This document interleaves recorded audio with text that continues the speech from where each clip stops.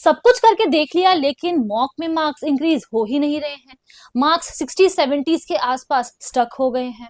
और कभी कभी तो पेपर में भी टाइम मैनेजमेंट नहीं हो पाता है, पेपर छूट जाता है। तो अब मैं ऐसा क्या करूं जिससे मेरी स्पीड इंक्रीज हो जाए, मैं पूरा टाइम मैनेज कर पाऊं मॉक्स में, एंड मेरे जो मार्क्स जो स्टक हो गए हैं वो भी इंक्रीज हो। अगर आपके माइंड में भी ये प्रॉब्लम चल रही है, then this particular session is for you. Hello everyone, welcome to the official YouTube platform of law prep tutorial.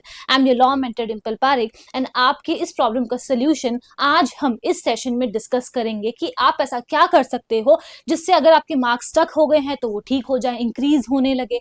अगर आपसे टाइम मैनेज नहीं हो पा रहा है तो आपको क्या करना है। यूजुअली अगर हम देखें एस्पिरेंट्स को तो वो ये मिस्टेक डेफिनेटली करते हैं। For example, student came to me, मैंने पूछा कि आपसे ठीक है कोई बात नहीं, मॉक में टाइम मैनेज नहीं हो पा रहा है या फिर मार्क्स स्टक हो गए हैं, but why, what is the reason, क्या आपने एनालिसिस किया इसका? तो वो बोलते हैं हाँ किया तो था। तो मैंने कहा कि देन मुझे ये बताओ कि what is the strategy which you are following to give the mock. तो कहते हैं there is no such strategy. Question number 1 से लेकर क्वेश्चन नंबर 120 तक एज इट इज कर देते हैं। Now the point here is very simple. आप मॉक क्यों दे रहे हो? क्योंकि हमें स्ट्रेटजी बनानी है फॉर क्लैट, कि जिस दिन हमारा क्लैट का पेपर होने वाला है उस दिन कौन सी strategy is going to help us, उसे ही तो हम फिगर आउट करते हैं मॉक में, अलॉन्ग विथ ये कि हमारी प्रिपरेशन कैसी चल रही है, किस स्टेज पे चल रही है। तो जब तक आपकी कोई स्ट्रेटेजी नहीं होगी तब तक काम कैसे चलेगा? देन मेरा सेकंड क्वेश्चन ये था कि आप कितना टाइम अलॉट करते हो। तो बच्चा मुझसे कहता है कि मैम ऐसा कुछ भी करना होता है क्या? मैं तो क्वेश्चंस करते जाता हूँ। बट द पॉइंट इज कि क्या आपको एक सेक्शन जो आपका फेवरेट है उसके, अगर आपने फॉर एग्जांपल लीगल रीजनिंग आपकी फेवरेट है, आपने 32 क्वेश्चंस पूरे के पूरे कर लिए लीगल रीजनिंग में और आपको टाइम लगा 60 मिनट्स या 70 मिनट्स, आपको क्या लगता है क्या वो एक सेक्शन करने की वजह से हमारा क्लैट में सिलेक्शन हो जाएगा? Definitely not. तो हमें एक स्ट्रेटजी बनानी होगी। और ये जो मिस्टेक्स हैं वो बहुत से बच्चे करते हैं, लेकिन अगर हमें क्लैट क्रैक करना है तो अभी से you should stop committing this mistake. Mistake number 1, आपको एक स्ट्रेटजी बनानी है। आपको क्वेश्चन नंबर 1 से लेके 120 तक नहीं करना है। You should have a strategy के पहले मैं जीके कर लेता हूं, पहले मैं इंग्लिश कर लेता हूं, लीगल को मैं 3rd या 4th नंबर पे रखूंगा।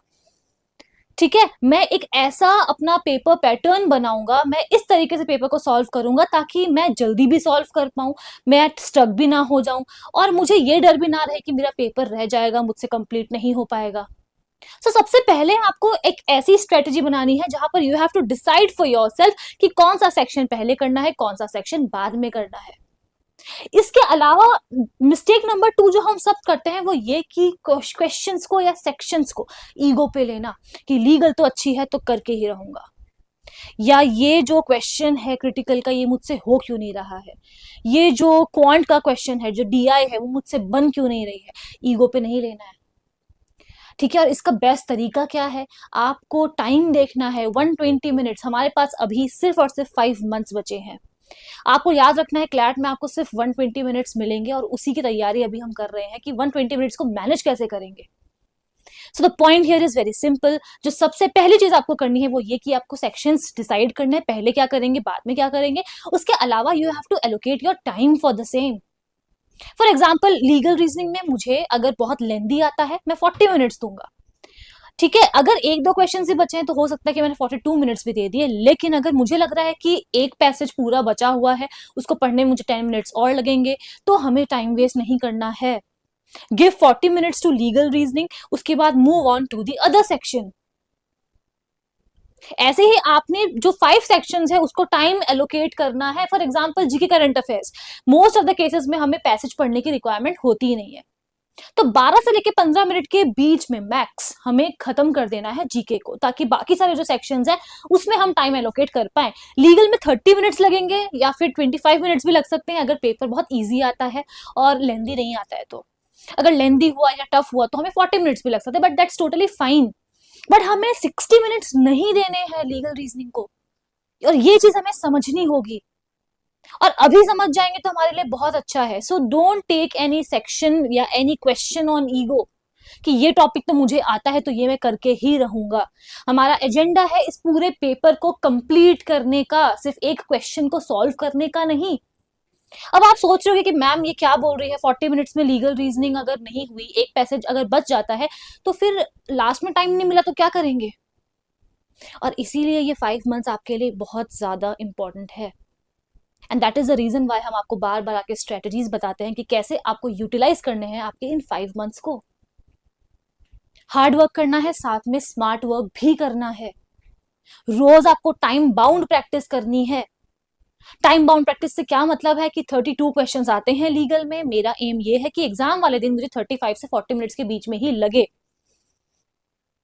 तो आपको उतना ही टाइम आपके क्लॉक में अलार्म सेट करना है और उतने ही समय में वो सारे क्वेश्चंस को करना है। एक बार करके देखिए, 1 मंथ तक आपको रिजल्ट अपने आप नजर आएगा। And this is not just for legal reasoning, ये आपके सभी सेक्शंस के लिए है।